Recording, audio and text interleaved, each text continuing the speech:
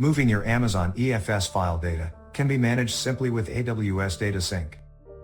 AWS Data Sync is a managed data transfer service that simplifies, automates, and accelerates copying data between NFS file shares, EFS file systems, S3 buckets, and on-premises storage. AWS Data Sync can transfer your file data and also file system metadata, such as ownership, timestamps, and access permissions. AWS Data Sync uses a software agent to connect to your EFS file systems.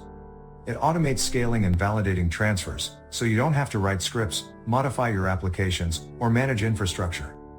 You can transfer active datasets over AWS Direct Connect or the internet at speeds up to 10 times faster than open source tools.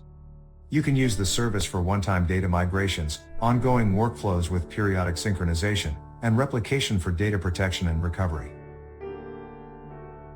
AWS Backup is a fully managed backup service that makes it easy to centrally manage and automate backups of your Amazon EFS file systems, removing the need for costly, custom solutions.